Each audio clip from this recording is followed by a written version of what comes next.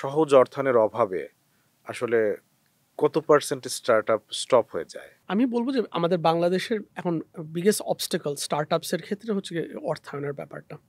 আম আমরা মানে আমরা অনেক চেষ্টা করেছি। আমরা বলতে মানে আমাদের স্টার্টআপ যারা কমিউনিটি আছে যে বাইরে থেকে অর্থায়ন জোগাড় করতে আই থিংক কিছুটা সফল হয়েছি। বাট অতটাও না। বাট এখানে আমি যেটা বলব ই অর্থায়ন জোগাড় করাটা অতটাও কঠিন না যদি না আপনার টিমের কোয়ালিটিটা, টিম মানে আপনি যে যারা স্টার্টআপ করছে ওইটার টিমের কোয়ালিটিটা, আপনার আইডিয়ার কোয়ালিটিটা খুবই ভালো হয়ে থাকে। কিন্তু শুরুর পরে তো কিছুদিন তো সেই রিস্ক নিতে হবে। সেই রিস্কের সময় যদি আপনার পাশে কাউকে না পান, রিস্কটা নিবেন কতটা আশ্বস্ততার সাথে? রাইট। সো আমি এখানে বলব যে আই থিংক যে সরকার বা ইউনিভার্সিটি একটা রোলের ব্যাপার আছে। যে ইনিশিয়াল যে পিরিয়ডটা আছে না স্পেশালি 1 ইয়ার 2 ইয়ার্সের, যেখানে আমি বলব যে বেশিরভাগ ক্ষেত্রে অনেক স্টার্টআপসরা মারা যায়। মারা যায় বলতে বন্ধ হয়ে যায়।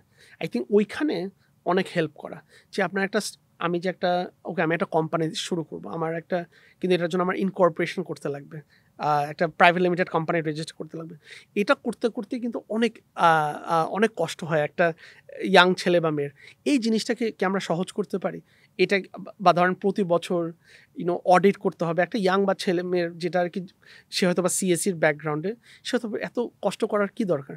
আমি এর থেকে ভালো কানাডায় পিএইচডির জন্য করে চলে যাই। তাই না? সো আই থিংক এই জিনিসটা যতটা না এই ব্যারিয়ার্স টু এন্টারপ্রেনিউরশিপ যতটা কমানো যায়, আই থিংক আপনি দেখবেন যে ততটা সহজ হবে। আর আমি যেটা বলব যে এখানে জিনিসটা অর্গানিক হতে হবে। অর্গানিক হতে হবে মানে কি? যে আমি অনেক ক্ষেত্রে দেখি আর এটা আমার পার্সোনাল ওপিনিয়ন যে অনেক সরকারি উদ্যোগ হয় যে সরকারি বেসরকারি উদ্যোগ হয় যে স্টার্টআপস এর কোনো কম্পিটিশন হ্যাঁ, যদি হ্যাঁ, সেটাই বলতে চাচ্ছি। এখন তো অনেক কম্পিটিশন হয়। হ্যাঁ, আমার কাছে মনে হয় competition has its good sides and it's bad sides. আমার কাছে মনে হয় it's a bad thing because আমরা যখন স্টার্টআপস এসবের আগে আমাদের রিলেটিভসের মধ্যে যদি কেউ ব্যবসা করতে চায় তারা ব্যবসা করত। এরকম কোনো কম্পিটিশনে পার্টিসিপেট করে ব্যবসা করার প্রয়োজন ছিল না। আম আমার কাছে মনে হয় আপনি যখন কম্পিটিশন টাইপের সিচুয়েশন দাঁড়া করান, তখন অনেক ক্ষেত্রে ইনসেনটিভস গুলো একটুখানি উল্টোপাল্টা হয়ে যায়। যে আমি হয়তোবা আমার উদ্যোক্তা হওয়ার কোনো ইচ্ছা ছিল না। কিন্তু আমি দেখছি যে কম্পিটিশন আছে যেখানে বলছে আমাকে ৳১০,০০,০০০ দিবে। করে দেখি ৳১০,০০,০০০ তো পেতে পারি। কিন্তু আপনার আসলে উদ্যোক্তা হওয়ার কোনো প্ল্যানই ছিল না। সো সেইজন্যই বলি যে আই থিংক আপনি একটা আ আ ক্যাপ মানে মার্কেটস এর উপরে ছেড়ে দেওয়া উচিত। যে বিজনেস যখন আপনি করবেন, এটা তো বিজনেস ইজ নট লাইক একজন জাজ এসে বলবে এই আইডিয়া ভালো, এই আইডিয়া খারাপ।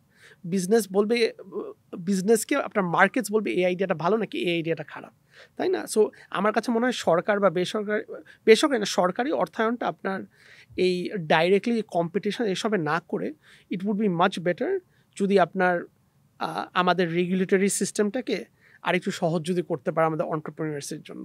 এটা আপনার কোম্পানির রেজিস্ট্রেশন হোক, এটা ট্যাক্স হলিডেজ হোক, এটা মানে just relaxing some of the regulations.